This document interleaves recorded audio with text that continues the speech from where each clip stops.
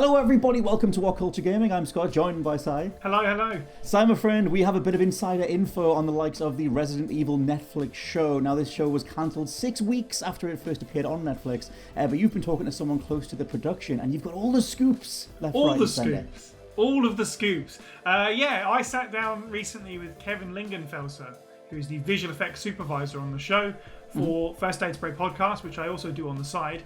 Yes. And I don't think we quite anticipated the amount of candid information that he was willing to spill. Literally, at one point, he was like, I guess NDAs don't matter anymore because the show's been cancelled. Which is brilliant for us to hear. Well, absolutely.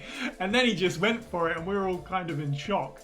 And he did let a lot of interesting information go, not necessarily from the story perspective. I know lots of people had issue with the plot and characters and stuff like that. Obviously, that wasn't his game, but it sounded like the show could have fallen apart at any moment anyway during production from what he was saying. It's because it's like watching it back, and we'll get into specifics and everything, but it's like watching the show, it was like, well, they're definitely going for something unique. I quite like the overall, the idea of like taking Wesker and fleshing out the family side of things and making him like a full-on, almost like a family man character, and then revealing the dark past and etc. And there's obviously like twists towards the end of that show that tie it more directly into Resident Evil overall. I quite like that on paper, which I guess is the thing that they ran with, but like you said, in the production itself, like there were a lot of competing factors. It seems like Netflix and Capcom weren't as dedicated to the idea as they could have been, maybe. Yeah, that was one that was a little bit surprising and a little bit not surprising. Like, the surprising one for me was Netflix apparently were incredibly hands-off. They had a little bit of notes on early visual effects. Beyond that, they apparently mostly just cared about the iPad FaceTime call moments. Really? Yeah, I don't know what that was about. I want to feel like that dance scene as well. Like, we've got to get that in. We've got to get that in for the kids. Everyone loves that. Maybe. I don't know, but other than that, apparently they just were not really that involved with the project at all. And I don't know, we haven't had so much information on kind of where the budget for the show came from, but I would imagine Netflix had a huge stock in the show. After all, they get to decide whether or not it continues, which they in the end didn't. Well, it made so much sense on paper, like Netflix Resident Evil. And we were saying before recording, I mean, I know that the Mia Jovovich movies are super divisive. I love those movies. I know that they're ridiculous and stupid and whatever, but I have like a soft spot for them. And so it's like, you know, the return of Resident Evil. There was the movie that came out, I think last year. I forget the name of it now, but the one that was like set in Raccoon City and everything. And it felt like there was a general conversation around, you know, Resident Evil's returning to movies, returning to TV, and a Netflix Resident Evil show should have been the easiest thing ever to get right. And it's like, I guess somewhere down that line, you know, like you said, Netflix weren't going to get too involved in it, because they're like, it should be an easy enough thing to do. But then the reality of working on that production, according to the VFX supervisor, is that they weren't that bothered, and even Capcom were very hands-off as well. Yeah, Capcom were also basically not involved. And it's funny that you mentioned last year's movie, Welcome to Raccoon City. That's one of the very few times I've heard of them actually being involved in a project like this. Because, right, as we were saying beforehand, I don't think they were that involved with the Paul Anderson films that you talked about particularly. And they weren't... You can't tell though, can you? You can't either. You can't tell. And they weren't involved with this show, but apparently they were checking things over for Welcome to Raccoon City last year. I mean, my assumption then is that because that film is much more of a straightforward adaptation, you've got recognizable characters and locations and story points and creatures, they were probably more concerned about getting it right, however you want to, you know, look at it. Whereas I guess with this show, they just took one look at it and went, this is such a departure, it really doesn't matter to us. Because I guess overall, when you were talking to the VFX dude, was there stuff that he liked about the production, or does it feel like it was just something that they, over time, just eventually just got through because there were so many weird factors? Like working day to day on that production must have been the weirdest feeling. Yeah, I mean, he's clearly a fan of Resident Evil. That very much came across, and he's been in the industry for 30 years now, so he has the benefit of just kind of working on the stuff that he wants to work on. And he's proud of the work that they put out as the visual effects, and I think for all of the complaints people might have about the story and the characters and stuff like that, generally across the board I've heard people say the creature design's pretty great. And he knows that, and you know, it sounds like they had somewhat of a good time there, but there was definitely clashes with other members of the crew.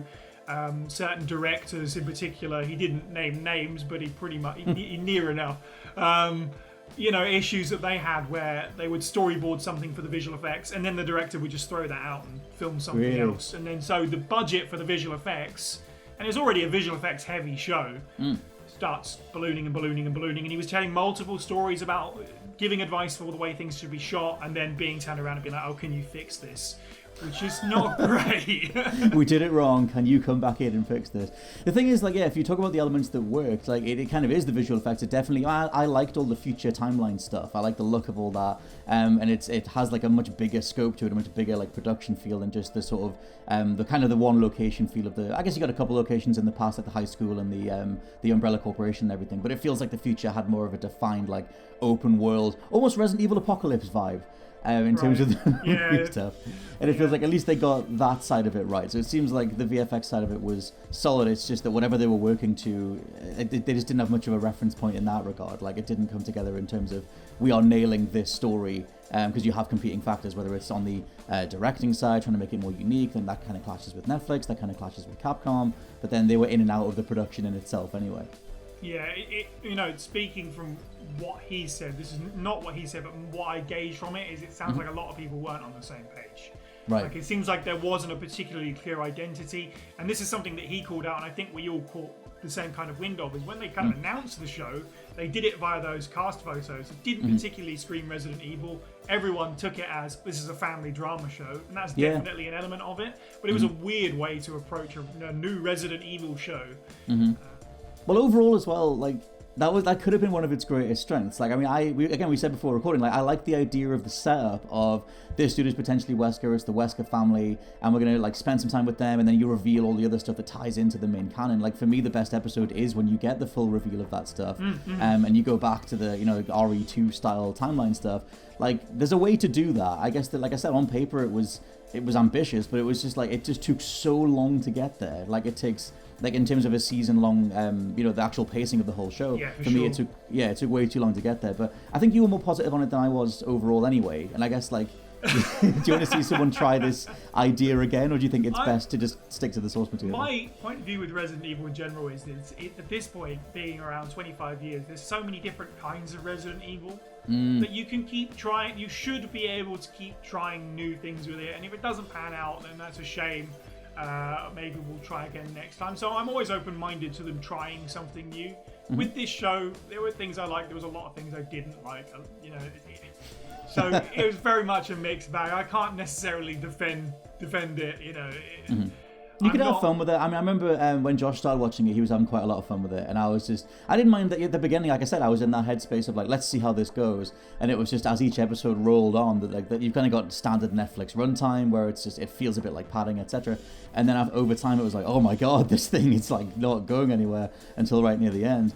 But I think, one of the things that you covered in your interview, like you said at the start, over on First Aid Spray in Full, is that they did have plans for a season 2, that they were sort of sketching some things out for that. So it's almost like a shock to them as well that it got canned so early. Like I thought the same thing. Yeah, like by the sounds of it, they mapped out the show potentially to the end. They at least had a season 2 down. They had scripts and everything. Lance Reddick tweeted that they had a script recently but didn't go into details. Whereas Kevin Lingenfelser, thankfully, was happy to divulge some season 2 details for us, what could have been. And by the sounds of it, from the stuff he said, it's possible that it could have picked up steam, because it sounds like it was going to head more and more into a ridiculous avenue. Okay. In a good way. Like, Resident Evil's campy and strange and bizarre. That's not necessarily a bad... That's probably the thing that you want most out of a show like this. That's something that it probably could have gone even further with. There was talk about a mandrill, like King Kong style monster in season 2. Sure. Yeah, there's a whole host of, the show calls them Zeros, zombies. At the Burj Khalifa was something that was in the season 2 script. That's such a cool idea. Right? You could kick a bunch of zombies off the top of the Burj Khalifa. Why not? That'd be amazing. And particularly that there was going to be tyrants in it from episode 1 of season 2 who would rip a hole through an elephant. And then be then in turn blown up by a returning Resident Evil character. A major Resident Evil character. I feel like they just sort of span a words generator of like rip a hole through elephants. Like, sure, it works. But from that description, do you not want to see that? No, I mean, we've seen Boulder Punching, we've seen Teleporting Wesker. I would take Elephant Carnage at this point. I think a wider thing to talk about as well. I mean, feel free to dive back into any of the stuff that you've got from your interview, but I was going to throw in as well just that general idea of Capcom being hands-off, because I mentioned the Jovovich movies, which kind of have their own identity over time, and they do pull from the games. They especially have, accurate costumes, and they're trying to bring some storylines in. But I wonder how much Capcom are just you guys are over there doing movies, doing whatever, and we're over here and we don't care that much. Like you said, they got involved with last year's movie, but in regards to something like the Monster Hunter movie, again, costume accurate, and it's trying to bring across some of the species from the games, but Capcom themselves don't seem to be that hands-on, especially not in the way that we're seeing with the likes of the PlayStation Studio stuff, where they're trying to sort of make a point of saying, we are PlayStation, these are PlayStation movies, and trying to tie the two of them together. It shouldn't be that hard to just get Resident Evil right, but at the same time, the actual creators are very rarely connected to it in the first place. It's true, they seem to be on their own island with their, their Resident Evil, which seems strange that they would even let these things happen. Not that it damages the brand. I think the brand is strong enough now that it's fine. A lot of people kind of decried this show as something that was going to ruin Resident Evil, which is ridiculous, of course, but I mean, it's a strange one, because they are on their own island, you'd think that they would be well, we can use more names and more characters and do our own spin on it, but there really only was Wesker in that show, which is strange as well. But yeah, Capcom themselves make a lot of strange decisions sometimes, usually a lot of really great decisions, and they're good at listening to their own audience, but there's a lot of stuff where you're really? There's a lot more they could do. I think it's overall, just to round things off, what do you want to see from the future of Resident Evil in TV and film? Do you think they need to take a break because we've had that movie from last year that didn't go down that well and now this? Or do you think they kind of use the conversational momentum to go, okay, we've listened to you guys, do the whole fan response thing? Sonic the Hedgehog it. What do you think they do? So what I think is going to happen is that you probably aren't going to get anything like this for a while. As you say, back-to-back unfortunate failures in the movie. Right? I mean, that's what it is, Oh, totally. Yeah. The new movie is almost certainly not getting a sequel. We're almost a year away from the release and we haven't heard anything. The show's done. I think they're probably going to relax a bit on it now. Maybe even Constantine Film, who have had the rights to Resident Evil in live action for 20-something years. Maybe Capcom are just going to relax on that and give it to someone else and see what else happens. What I'd love them to do is make an animated show. Yes, that's the solution to everything. I don't even mind Infinite Darkness. I don't mind the CG stuff. I know that's, again, a divisive thing. Yeah. But at least it moves well. At least it has, a pace to it and an energy to it that I think sort of carries it in a way. You can kind of have fun with it in, a big, dumb, zombie-slaying way.